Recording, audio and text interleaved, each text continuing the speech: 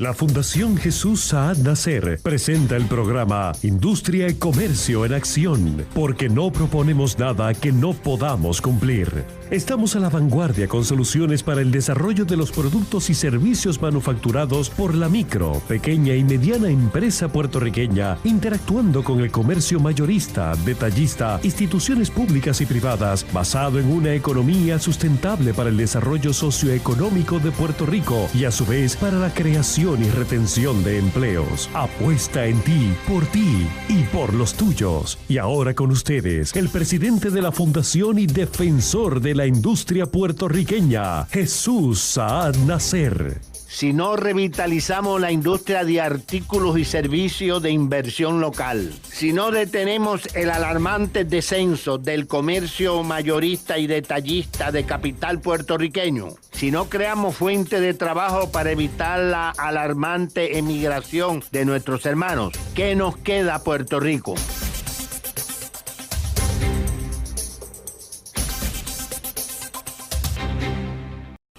Seguimos avanzando, Industria y Comercio en Acción, cada semana, la voz de la Fundación Jesús Saad Nasser. Esta semana, en honor a unos servidores públicos extraordinarios, que son los Leones, se están celebrando la semana que empieza el 14, y nuestra solidaridad con los que nos escuchan en la Florida, especialmente el área norte, donde está Tallahassee, la capital del estado, donde el desastre que se ha producido igual al que sufrimos nosotros prácticamente hace un año y unos días. Así que nuestro cariño a esa gente que lo ha perdido todo. El gobierno de Puerto Rico, el gobernador, ha enviado unas brigadas extraordinarias preparadas en rescate, y como sabe, todo eso, señor presidente, está ocurriendo alrededor de nuestra isla Puerto Rico y nuestra gente en la isla extendida. Hoy y en la ocasión les voy a presentar a un joven CPA, funcionario público, que todos los sectores donde él habla en representación del Departamento de Hacienda quedan satisfechos por su preparación, su dedicación y su enfoque de lo que es la política pública del gobierno de Puerto Rico. Con usted, don Francisco Párez.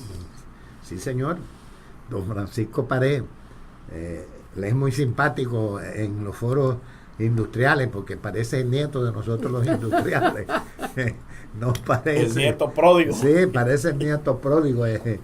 Su personalidad es de 18 o 20 años y su capacidad es de 60, ¿no? Eso es así. Muy bien. Amigas y amigos, ustedes están escuchando el programa Industria y Comercio en Acción, la voz de la Fundación Jesús Saad Nasser, hoy compartiendo nuestra experiencia con Francisco Párez, secretario auxiliar del Departamento de Hacienda. Francisco, bienvenido al programa Industria y Comercio en Acción. Muchísimas gracias por la oportunidad. Bien, Francisco. Hoy en la opinión pública hay mucha expectativa sobre lo que va a ser la reforma contributiva, y muy especialmente en un área que es la eliminación del impuesto sobre lo que se llama el inventario. Sobre ese tema nosotros tuvimos la semana antepasada un encuentro con el secretario de la Gobernación, ayer secretario de Hacienda, y entre las expresiones que él inició frente a un panel donde había más de había un centenar de empresarios, dijo, y cito al secretario Raúl Maldonado, secretario de la Gobernación: en primer lugar, reconocemos que es nocivo el impuesto de la propiedad mueble para hacer negocio en Puerto Rico. Por otra parte, el secretario de Desarrollo Económico en esa misma actividad censuró el mismo, el presidente del Senado y Tomás Rivera Chatz también se expresó en forma de que había que eliminar ese impuesto. Inclusive en el mismo panel del interés público se encontraba el alcalde de Guaynabo, Ángel Pérez, que entendió también que dada la necesidad de que en Puerto Rico exista un inventario mayor, en caso pues era necesario que ese impuesto se balanceara de una forma que permitiera que el empresario puertorriqueño tuviera un mayor inventario. ¿Cuál es tu posición sobre ese particular? Sí, primero, los impuestos sobre la propiedad se manejan fuera del Departamento de Hacienda. Hay una instrumentalidad del gobierno, mejor conocida como el CRIM, que es la entidad que se encarga de manejar ese impuesto.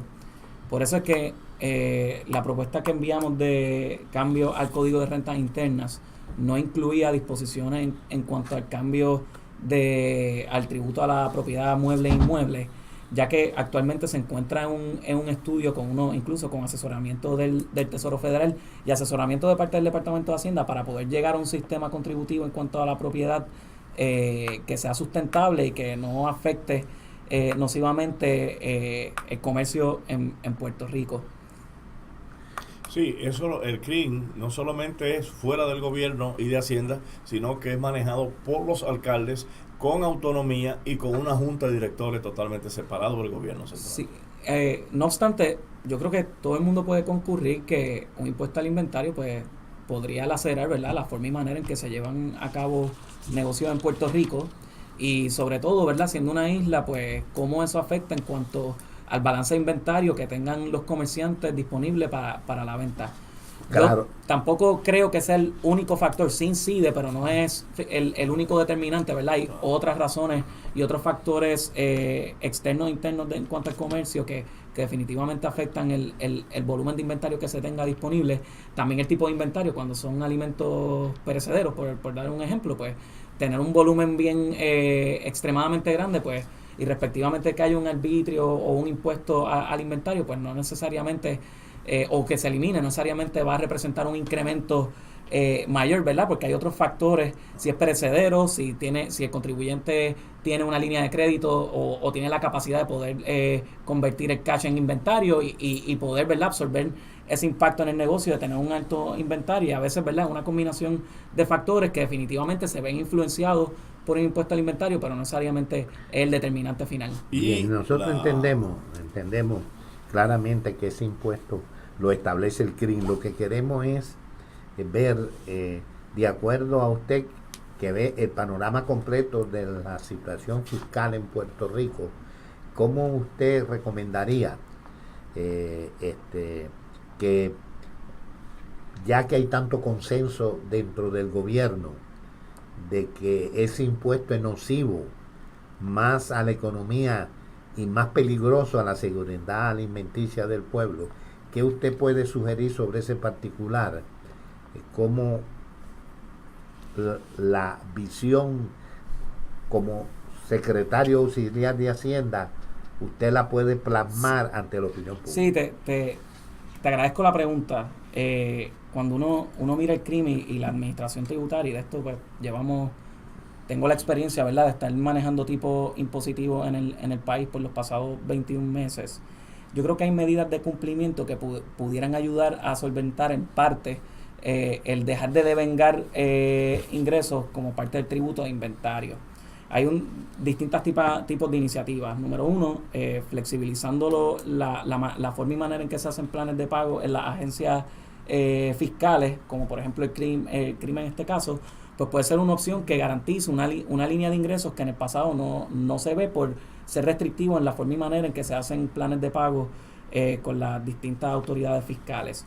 Otra manera es la utilización de la tecnología, el poder tasar las propiedades y poder llevar a cabo tipos de auditoría utilizando mecanismos electrónicos, pues ayuda a las instrumentalidades fiscales en poder hacer un sistema más equitativo que redunde en la eliminación o reducción de tasas impositivas o de tipos de impositivos y aún pueda seguir devengando los ingresos suficientes para los cuales se destinan esos fondos. Yo no creo que haya, ¿verdad?, una sola medicina o un solo sustituto para poder, ¿verdad?, subvencionar lo que serían aproximadamente $200 millones en el impuesto de inventario. Yo creo que es un conjunto de iniciativas que se tienen que llevar a cabo, tanto como medidas de cumplimiento de parte de la agencia fiscal, en este caso el CRIM, y auscultar otros tipos impositivos que yo creo que la suma podría garantizar que los municipios sigan recibiendo los ingresos necesarios para llevar a cabo sus operaciones y no gravar el inventario, ¿verdad?, que tanto efecto nocivo puede crear en la ciudadanía. Magdalena, cónsono con la visión que tiene el secretario Párez, ¿qué tú opinas sobre ese inventario, sobre la propiedad, tú que eres administradora de 2 empresas? Bueno, la primera alarma que nos dio a todos, ¿no? Ya nosotros lo sabíamos y siempre nos estábamos preparando, ¿verdad?, para lo que viniera, pero con este cambio, esta situación que surgió con el huracán, nos demostró, ¿verdad?, una vez más la importancia que hay de tener inventario. Y obviamente pues el CRIM es un escalón demasiado alto para permitir que eso surja, ¿no? Y hay necesidad de tomar medidas. Pero siguiendo esa línea, ¿verdad?, de tu comentario y qué es lo que tú entiendes, vamos a movernos un momentito, ¿verdad?, a lo que te compete a ti realmente. Y ¿verdad?, se indica, ¿verdad?, que la reforma contributiva descansa en la necesidad de la retención, ¿verdad?, en el origen, que lo has dicho muchas veces, en las transacciones electrónicas y en estas informativas que los CPA, pues, ¿verdad?, tienen que cumplir. ¿Cómo tú ves ese, como mismo estás indicando que entiendes que esas son unas medidas que pueden ayudar, ¿verdad?, a recaudar más y ayudar más a la economía del país? ¿Cómo tú ves estos 3 puntos que he visto que enfatizan mucho en cuanto a la reforma para lo que están esperando ustedes? Sí, hay muchas maneras de que el gobierno puede incidir en el desarrollo económico. Obviamente una reducción de tasas contributivas es una manera, pero tampoco se puede pasar por alto el tener un sistema contributivo más equitativo para así evitar competencia desleal entre comerciantes inescrupulosos versus comerciantes que cumplen con sus responsabilidades. Y a veces, ¿verdad?, viendo el debate en cuanto a los cambios que proponemos a la reforma contributiva, pues se pasa desapercibido esa intención que tiene estas enmiendas en crear un sistema mucho más equitativo que garantice que estas personas que toman riesgos en su planilla cesen de tomar estos riesgos o se les ponga unas trabas o unos controles a la hora, ¿verdad?, de hacer sus declaraciones al gobierno.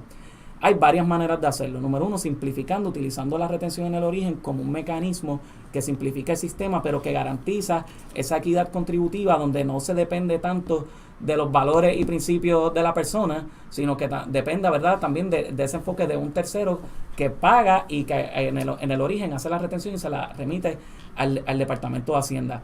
Cuando uno mira el perfil de los contribuyentes, uno puede distribuir los contribuyentes dentro de 4 tipos de categorías. Número 1, los contribuyentes cumplidores, que esos son los que no importa qué haga la agencia fiscal, no importa cuán complicado, cuán oneroso sea el sistema contributivo, esa gente va a cumplir. Un ejemplo básico en Puerto Rico son los asalariados. Los asalariados pues están retratados en una W2 y no importa cuán caro o cuán barato sea el sistema, esa gente radica su planilla y hace su pago correspondiente, ¿verdad? Dependiendo la retención, podría acabar en un reintegro si se le retuvo un poco más de su responsabilidad contributiva. Hay un segundo componente que es en la segunda canasta de cantidad de mayor de contribuyentes, partiendo, ¿verdad?, de la premisa que la gran mayoría de los contribuyentes son contribuyentes cumplidores, y hay que enfatizar en esto porque se crea una percepción de que todos los contribuyentes son tramposos, y eso no es cierto. La gran mayoría de los contribuyentes son cumplidores y toda la literatura tributaria apunta a eso, y como contribuyentes cumplidores cumplen ellos y aspiran a que el resto de la ciudadanía cumpla también. La segunda canasta son las que se le conoce como las personas que toman riesgos. La tercera canasta. La segunda. Okay. Esa segunda canasta, en inglés se le conocen como los risk takers, las personas que toman riesgos en su planilla. Perdona, secretario. Dijiste que, yo entendí que la cantidad de contribuyentes mayoritariamente cumplen con eso es correcto. Pero lo dijiste en la segunda. No, pero es la primera canasta de contribuyentes cumplidores es la mayor cantidad de contribuyentes que se tienen. Son los asalariados y... Bueno, hay asalariados y comerciantes. Estoy dando un ejemplo, bien, ¿verdad? Correcto. Para simplificarlo. Genérico. Genérico. Ahora vamos a la segunda. que son personas que corren riesgo. Que la segunda es la persona que toma riesgo. Voy a dar un ejemplo. Comerciante que recibe el IBU, radica su planilla y no envía el pago. Es una persona que toma riesgo. Está esperando a que la agencia fiscal le dé ese empujoncito y llega a cobrarle allí para convertirse en un contribuyente cumplidor. O personas que toman deducciones en su planilla que esencialmente no incurrieron. Toman gastos personales como deducciones cuando no son admisibles. Esos son el 27% de los 167, el 27.000 de los 177.000 que... Sí, nosotros en nuestro sistema, utilizando la tecnología y el análisis, hicimos una fórmula donde identificamos cuál es la norma dentro de cada industria, particularmente la industria de servicios. Uh-huh. Y podemos identificar unas personas que se desvinculan totalmente de esa norma. Te voy a dar un ejemplo. Tengo un abogado que generó $500,000 en ventas. Lo reportó en su planilla. Venían todos retratados a través de las distintas informativas que el departamento requiere. Pero en las deducciones tomó $480,000. El gasto que más me alarmó dentro de esa planilla fue el gasto de depreciación, que reclamó $87,500. Como un abogado que paga renta, deprecia $87,500 en equipo. A menos que no tenga una máquina de fabricar casos o affidavits en su negocio, no hay razón alguna lógica de que una persona que se dedica a la industria de servicios deduzca casi 25% de su ingreso bruto en un gasto de depreciación de equipo. No vimos la fábrica de esa maquinaria de crear casos o affidavits en su oficina. Así que obviamente no hacía sentido alguno, y la auditoría que se llevó a cabo nos llevó a entender que nuestras presunciones eran correctas. Nosotros hicimos un programa que auditamos 1,000 de estos de casos que identificamos dentro de los 27,000. Spot checking, que le llaman. 10 personas solamente pasaron con honores la prueba. 10 de los 1,000 casos. Eso te deja entender que había un sistema que permitía esa toma de riesgos de parte de contribuyentes. Y eso crea una inequidad en cuanto al desarrollo económico, porque personas que quieren cumplir y que tienen esos altos valores y que son cumplidores, no importa qué pasa, se ven unas desventajas contra esos contribuyentes cumplidores. Y esta reforma contributiva dice, vamos a reducirle las tasas contributivas, pero vamos a asegurarnos que los que no están pagando actualmente paguen lo que les corresponde. El departamento sale de ese comfort zone, de esa zona de confort que tiene de cobrarle siempre a los que siempre pagan. Si no sale de ahí y toma un riesgo en cuanto a la manera de administrar los tipos contributivos y va en busca, ¿verdad?, de ingresos de parte de las personas que históricamente no han pagado lo que le corresponde, utilizando trucos, ¿verdad?, esos riesgos y esas salidas que le daba el departamento por dejar de hacer el trabajo que debía estar haciendo desde hace décadas. ¿Cómo lo vamos a hacer? Pues utilizando la tecnología a nuestro favor. Estamos transicionando de una plataforma que se introdujo en el 1993 llamada Pritas a una nueva plataforma llamada Suri. Una plataforma que nos permita a nosotros tener una visibilidad total de ese contribuyente y a su vez evitar esa toma de riesgo prepopulando campos en su planilla y salir de un sistema que descansa totalmente en la autoimposición y salir a uno en que el departamento proactivamente le informe al contribuyente qué información tiene respecto a sus ingresos y deducciones que toma. Por eso es que uno ve una sinergia entre la informativa, la revisión tal vez de terceras personas para ciertos gastos que no están sujetos a informativa, y eso coetáneamente se premia con una reducción en tasas contributivas. Ok, estaríamos viendo preventivamente cómo ustedes van a buscar que el dólar llegue haciéndole justicia a todo. Pero en este momento que se está cosiendo la reforma, ese plan que usted plantea no se afecta con la reforma. Hay unas disposiciones a pesar de que estamos transicionando a Suri, hay unas restricciones y unos controles que el departamento persigue implementar que ameritan legislación. Te voy a dar un ejemplo. Deducir un gasto de abogado, por dar un ejemplo, que no haya sido reportado, actualmente se permite dentro de nuestro marco legal. A pesar de que no cumplió con el reporte, sí puede tomar la deducción. Pero en este caso, este modelo contributivo busca que haya un vínculo entre mi cumplimiento como agente retenedor y como persona que informa los ingresos a terceros a la hora de poder tomar una deducción. Y a su vez, para propósitos de impuestos de venta y uso, buscamos premiar, particularmente para los alimentos preparados, esta los alimentos que se consiguen en restaurantes y proveedores de alimentos preparados, premian las transacciones electrónicas. Puerto Rico es una de las jurisdicciones con menor utilización de pagos electrónicos en la nación. Esto es un fenómeno que también han vivido otras jurisdicciones foráneas y mediante, ¿verdad?, unas reformas fiscales que incluyen el premio o darle una ventaja contributiva a las personas que paguen electrónicamente, y así se va buscando ese cambio cultural de tener un Puerto Rico que esté más conectado electrónicamente, que puedan tener acceso a los distintos instrumentos financieros y que puedan tomar también decisiones informadas a la hora de tomar de decidir a dónde se destina su fondo. Aquí hay un punto. Dijiste que tenemos 4 clases de contribuyentes.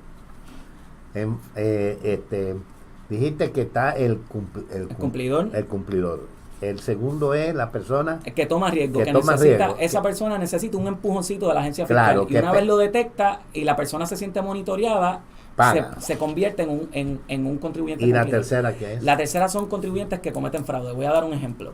Comerciante que le dice al consumidor, págame en efectivo y no te cobra el IVU. Ahí hay un elemento de fraude, donde 2 personas se ponen de acuerdo para evadir el sistema contributivo. Y el cuarto componente son personas que vienen más vinculadas al lavado de dinero. Tanto el componente 3 y 4 son componentes que requieren un mayor peso en cuanto a la fiscalización del Departamento de Hacienda y un monitoreo de parte de nuestros auditores y agentes.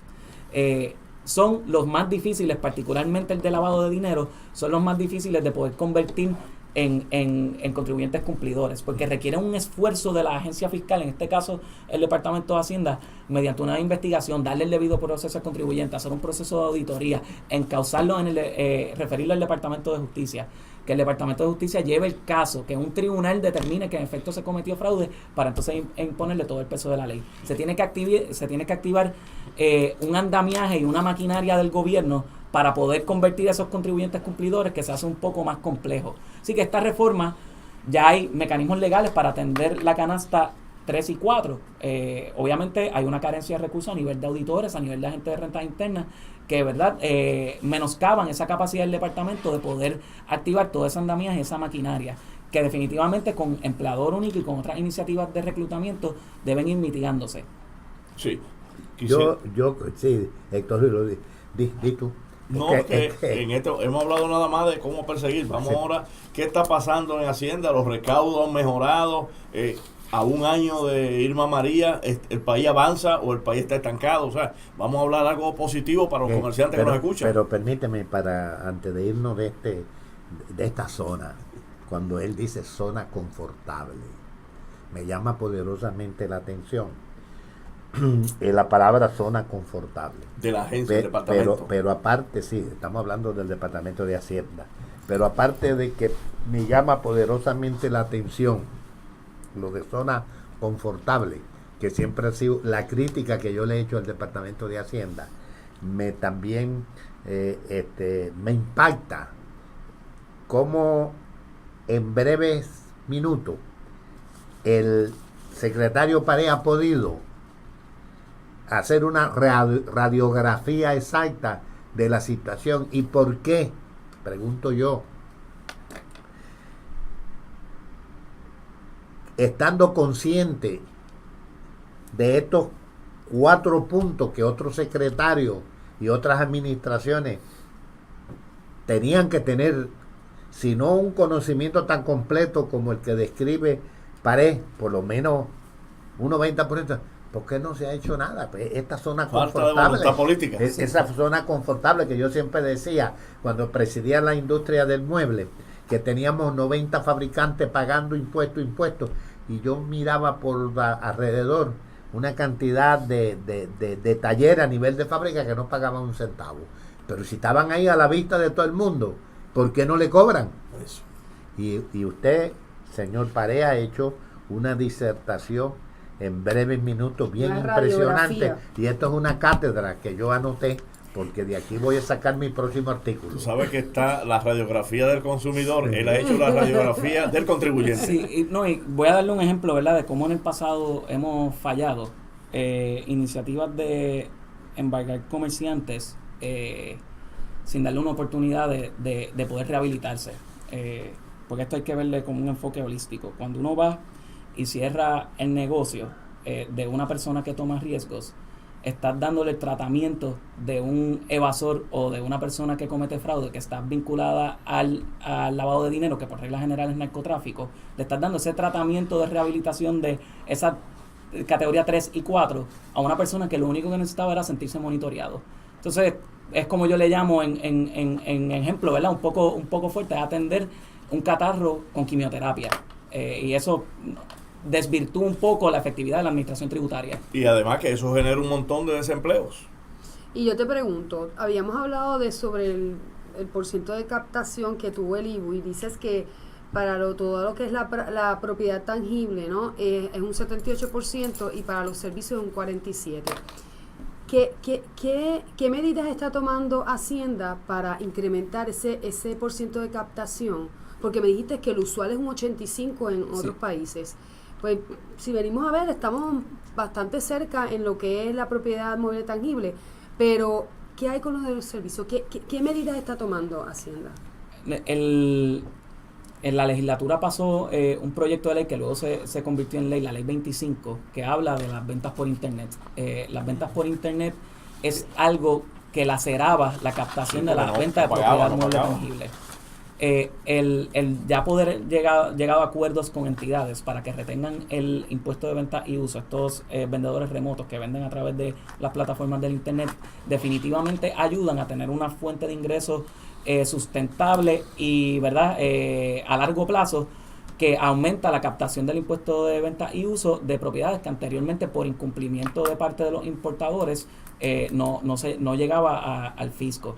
Ahora con esta iniciativa pues garantizamos que contribuyentes puedan entrar a un acuerdo, comerciantes remotos puedan entrar a un acuerdo con el Departamento de Hacienda, sustituir ese reporting necesario que sometía la ley 25 en comparación con un acuerdo de recoger el impuesto de venta y uso. En cuanto a servicios, la reforma ayuda a que el departamento tenga una visibilidad mayor en cuanto a los servicios que se proveen entre comerciantes. Por regla general, los servicios entre comerciantes B2B. es una partida bastante grande, y eso nos ayuda a tener, ¿verdad?, una mayor captación en cuanto a los servicios que se rinden y poder tener una mayor visibilidad en cuanto a lo que está ocurriendo en el sector privado. Y obviamente una vez probemos las transacciones electrónicas a nivel de alimentos preparados, pues nos pone en posición de determinar si podemos extrapolar ese tipo de estrategia de premiar transacciones electrónicas en otros tipos de partidas partidas tributables, en el caso de servicios, de darle un tratamiento de naturaleza similar. Don Jesús, quedan 60 segundos. O Pues sea, se nos fue. 120 segundos. 120. Pues si quedan 120. Son 2 minutos. Pues, En Industria y Comercio de la Nación es un montón de tiempo. No, con todo lo que ha explicado el secretario auxiliar, no sé por dónde empezar. Bueno, no, sería bueno algo bonito. Ya lo que te Buena queda son noticia. 2 ¿Cuál es la minutos. buena noticia? Lo que sucede es que él, no sé si es por su juventud o por su mentalidad y filosofía, ha dicho lo que tenían que haber dicho muchos secretarios anteriores. Y hacer. Porque ahí está en la realidad, por qué permitimos con esa dejadez y descuido que haya tanta gente evadiendo el Queriendo fisco o sin querer. y siempre detrás de los que pagamos las contribuciones. ¿Para qué me están chequeando tanto si yo te lo estoy pagando? Muy bien. ¿Para qué? Para ver si yo tengo una deficiencia que te va a reproducir una cantidad mínima cuando los millones están allá. Muy bien. Una noticia buena, secretario auxiliar. Estamos Sí, vamos a cerrar con algo casi positivo. más de 200 millones por encima en los recaudos, y el departamento el pasado año fiscal superamos por 200 millones de dólares la proyección original antes de tomar en consideración el huracán Irma y María. Una vez pasó el huracán Irma y María, pensábamos que íbamos a perder $1 billón y todo lo contrario, no perdimos $1 billón, ganamos 200 más. Bien, quedan 60 segundos su mensaje al contribuyente de Puerto Rico. ¿Qué es lo que usted quiere del contribuyente? Aquel que está nervioso y quiere llamarlo a ustedes para que se pongan al día y que le dé un plan de pago. ¿Sigue abierta esa puerta? Sí, sigue abierta esa puerta, y yo quiero llevar un mensaje en cuanto a los contribuyentes. El Departamento de Hacienda debería comportarse como un árbitro en los deportes. El árbitro bueno es que nadie habla y el que todo el mundo confía. Y el Departamento de Hacienda debería hacer lo mismo también. Y estamos en esa persecución de poder llegar a esa optimización en cuanto al Departamento de Hacienda. Secretario, ¿le satisface a usted este programa? Sí, estos foros siempre son muy buenos para llevar información a la ciudadanía y poder introducirse en el debate. Bien, pausamos. Continúa Industria y Comercio en Acción.